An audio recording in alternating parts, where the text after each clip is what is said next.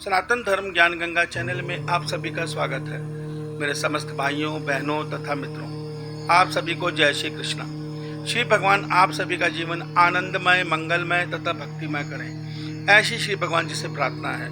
मेरे समस्त भाइयों बहनों तथा मित्रों, सनातन धर्म ज्ञान गंगा चैनल में इस समय हम लोगों ने श्रीमद् भगवत गीता ज्ञान सरल रूप हिंदी में सीरीज आरंभ की है, जिसके तहत हम लोग श्रीमद् भगवत गीता को समझने का प्रयास कर रहे हैं हिंदी सरल रूप में।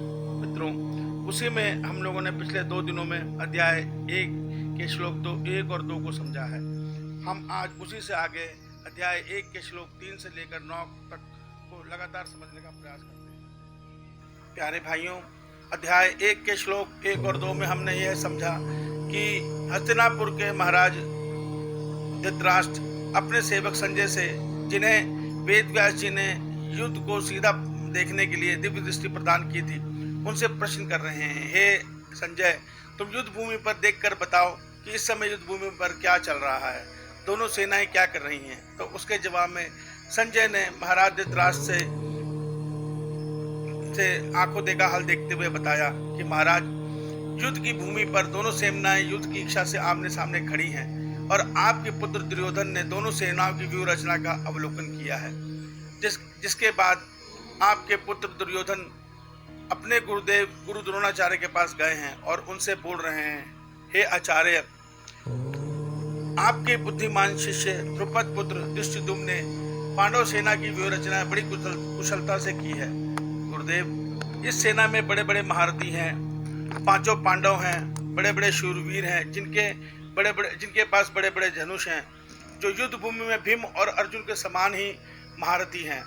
इनमें राजा विराट हैं और महाराज द्रुपद हैं, दुष्ट केतु हैं, चेकितान हैं, पराक्रमी काशीराज भी हैं, पुरोजित तथा कुंती भोज हैं। ये दोनों भाई बहुत पराक्रमी हैं, मनुष्यों में से सेव्य हैं। युधामन्यु हैं, पराक्रमी उत्तमौजा भी हैं। सुभद्रा पुत्र अभिमन्यु और द्रौपदी के 5 पुत्र, यह सभी युद्ध की इच्छा से ये सभी महारथी पांडव पक्ष की सेना में अपनी अपनी व्यूह रचना अनुसार युद्ध की प्रतीक्षा में खड़े हैं। गुरुदेव, यह तो उनकी सेना का हाल है, मगर हमारी सेना भी कुछ कम नहीं है। आप हमारी सेना की ओर भी ध्यान दीजिए। मेरी सेना में भी बड़े बड़े नायक हैं, जिसमें आप स्वयं हैं, हमारे पितामह भीष्म हैं, कर्ण हैं, संग्राम विजय कृपाचार्य हैं, अश्वत्थामा है, विक्रम है, सोमदत्त हैं, सोमदत्त के पुत्र भूरिश्रवा भी हैं। इसके अतिरिक्त अनेकों देश के राजा महाराजा शूरवीर अपने अपने अस्त्र शस्त्र के साथ हमारी ओर से युद्ध में लड़ने के लिए, युद्ध की इच्छा से हमारी तरफ से युद्ध भूमि पर खड़े हैं। प्यारे भाइयों, वास्तव में दुर्योधन दोनों सेनाओं की व्यूह रचना को देखकर दोनों सेनाओं की शक्ति का आकलन कर रहा है। वो ये देखना चाहता है कि युद्ध में दोनों तरफ से कौन कौन से महारथी और कौन कौन से योद्धा युद्ध की इच्छा से आए हुए हैं।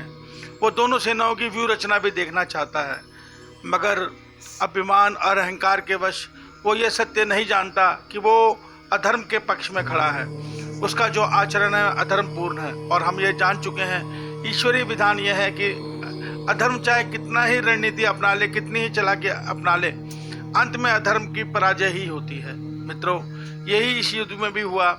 इस युद्ध में भी दुर्योधन को अंत में पराजय ही झेलनी पड़ी। मित्रों, श्रीमद् भगवत गीता का ज्ञान वो ज्ञान है जिसमें भगवान श्री कृष्ण जी हम सबको हमारा सब धर्म याद दिलाकर कि हर मनुष्य को अपना वर्ण व्यवस्था में अपना सब धर्म याद करके अपने धर्म के अनुसार जीवन जीना चाहिए। और मनुष्य जब धर्म के अनुसार कर्म करता हुआ जीवन जीता है, तो वो कर्म के द्वारा ही अध्यात्म मार्ग में उन्नति करता हुआ ईश्वर की प्राप्ति तक पहुंच सकता है। मित्रों, आज हम अज्ञानवश इस श्रीमद् भगवत गीता ज्ञान से बहुत दूर हो गए हैं और अज्ञान के कारण लोभ और कामना से युक्त होकर कर्म कर रहे हैं, जिसका परिणाम यह है कि आज समस्त संसार में हर मनुष्य में लोभ और स्वार्थ बढ़ाने वाला, पाप बढ़ाने वाला, अनाचार बढ़ाने वाला तामस और राजस गुण प्रबल हो रहे हैं। मित्रों, इसका उदाहरण हम संसार में देख सकते हैं। आज संसार में अधिकतर मनुष्य लोभी, स्वार्थी और निस्वार्थ में जीवन जीने वाले हैं। इसका परिणाम यह निकल रहा है कि संसार में पाप, अनाचार, बढ़ता जा रहा है।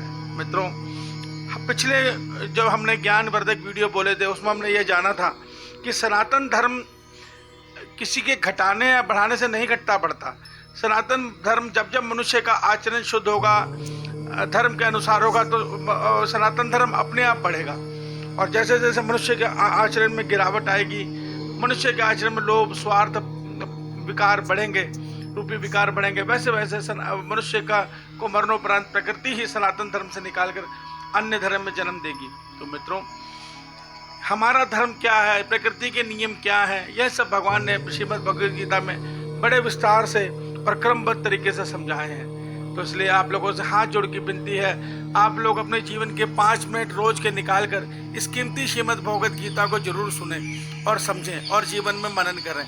इससे मनुष्य, हमारा आचरण शुद्ध होगा, हमारे आचरण में उन्नति होगी और हम धर्म मार्ग, अध्यात्म मार्ग में उन्नति करेंगे।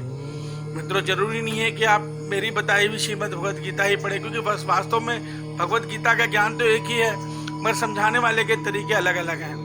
हो सकता है कि अन्य भाई बहनों ने अच्छे ढंग से समझाया हो, मगर आप कहीं से भी समझें, पढ़ें, मगर श्रीमद् भगवद गीता को अपने जीवन के आचरण में जरूर ढालें। बाकी हम कल के श्लोक में समझेंगे। जय श्री कृष्णा। श्री भगवान आप सभी को आनंदमय, मंगलमय जीवन प्रदान करें।